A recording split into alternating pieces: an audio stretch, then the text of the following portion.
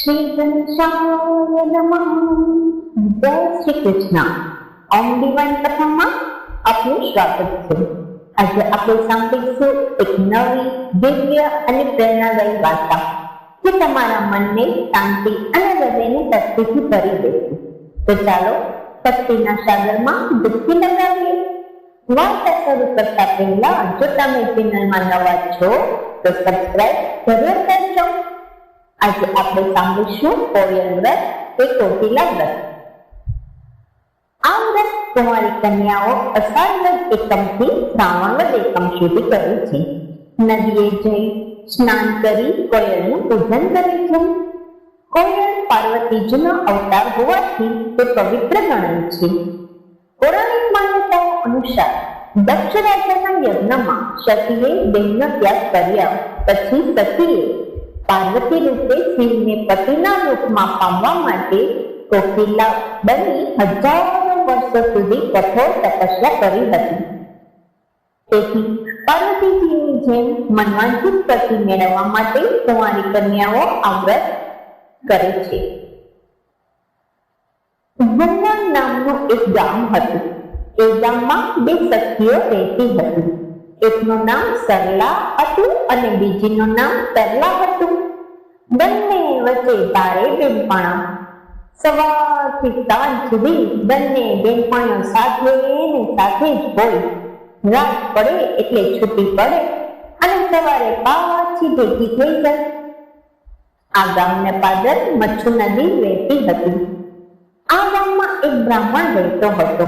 એમણે આ બંને સખીઓને કોયલ વ્રત કરવાનું કહ્યું. એમને આ વ્રતનો દિવસ આવ્યો એટલે વ્રત શરૂ કર્યું. સવારે વહેલા ઉઠીને બંને સખીઓ મચ્છુ નદીમાં સ્નાન કરવા ગઈ. સ્નાન કરીને તેઓ કાંઠા ઉપર આવી. કાંઠા ઉપર જ આંબાનું ઝાડ હતું. તેની ઉપર કોયલ બેઠી હતી. તેથી બંને સખીઓએ તેના દર્શન કરી અને તેને હળદર, ચંદન, કંકુ, ચોખા દ્વારા પૂજન કર્યું અને પૂજન કરતી વખતે ગીતો ગાવા લાગી. આંબા ડાળે કોયલ બેઠી, નદી કિનારે કોયલ ઉડી, સરોવર પાડે કોયલ દોડે,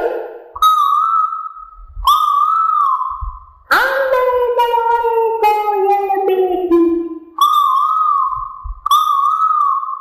કાળી કાળી કોયલડીને રૂપડા વગરની, નદીને કિનારે આંબા ડાળે બોલો કોયલ, દોરાની ગોથી જાળી કોયલ રંગ કાળી, અમે સૌએ ભાળી બોલો કોયલ. અને આટલી વારમાં તો કોયલ બોલ્યા વગર રહે જ નહીં. અને કોયલ બોલી. કહે છે કે કોયલનો ટોકો સાંભળ્યા પછી વિસ્તાણું કરી શકાય. માટે ગમે તેમ કરી કોયલને બોલાવી ટોકો સાંભળવો. ટોકો સાંભળીને તરલા અને તરલા બંને ઘરે ગઈ. ઘરે જઈને બંને સખીઓએ વ્રતની કથા વાર્તા સાંભળી અને બંને સાથે એકટાણું કર્યું. ત્યારે તરલાની માને કહ્યું, જુઓ દીકરીઓ, તમે કોયલ વ્રત કર્યું છે ને, એટલે આજે કાળા કપડાં પહેરવાના નહીં. કોઈ પણ કાળી વસ્તુ, કાળા શાકભાજી, કાળું અનાજ, કાળા ફળ ફળાદી ખાવા નહીં અને કોઈ પણ કાળી ચીજનો ઉપયોગ કરવો નહીં હો. અને સરલા અને તરલાએ આ વ્રત વિધિપૂર્વક પૂર્ણ કર્યું. એટલે બંનેને સારા વર અને ઘર મળ્યા. સરલા પરણીને પીલુડી ગઈ અને તરલા પરણીને દેશડા ગઈ. તરલા અને તરલાને જેવું આ વ્રત પડ્યું તેવું સૌને પડજો. હવે આપણે આ વ્રતનું મહત્વ સાંભળીશું. હિન્દુ પૌરાણિક માન્યતાઓ અને કથાઓમાં દરેક જીવનું પૂજા કરવાની પરંપરા છે. કેટલાક પ્રાણીઓ અને પક્ષીઓને દેવતાઓના વાહન તરીકે પૂજવામાં આવે છે. આટલું જ નહીં, આપણી પાસે વૃક્ષો, પર્વતો અને પ્રાણીઓની પૂજા કરવાની આપણા શાસ્ત્રોમાં પરંપરા છે. કોકીના વ્રતમાં શિવ પાર્વતી સાથે કોયલની પૂજા કરવાનું આ વ્રતમાં મહત્વ છે. પરંતુ આજના સમયમાં કોયલ પક્ષીના દર્શન કરવા મુશ્કેલ બની શકે છે. માટે માટીમાંથી કોયલનું પ્રતીક બનાવી તેની પૂજા કરી અને વ્રત કરવું જોઈએ, અથવા તો કોયલ પક્ષીનો ચિત્રની પૂજા કરી તેના દર્શન કરી ઉપવાસ એકટાણું કરી વ્રત પૂર્ણ કરવું જોઈએ. કોકીના વ્રતની એવી માન્યતા છે કે આ વ્રતનું પાલન કરવાથી તમામ સુખ પ્રાપ્ત થાય છે. આ ઉપવાસ લગ્ન જીવનને સુખી રહેવા માટે આશીર્વાદ આપે છે. આ વ્રત દ્વારા મન મુજબ શુભ પરિણામો પ્રાપ્ત થાય છે. જો લગ્ન જીવનમાં કોઈ પણ પ્રકારની તકલીફ હોય તો આ વ્રત કરવાથી લગ્ન જીવનમાં ખુશી મળે છે.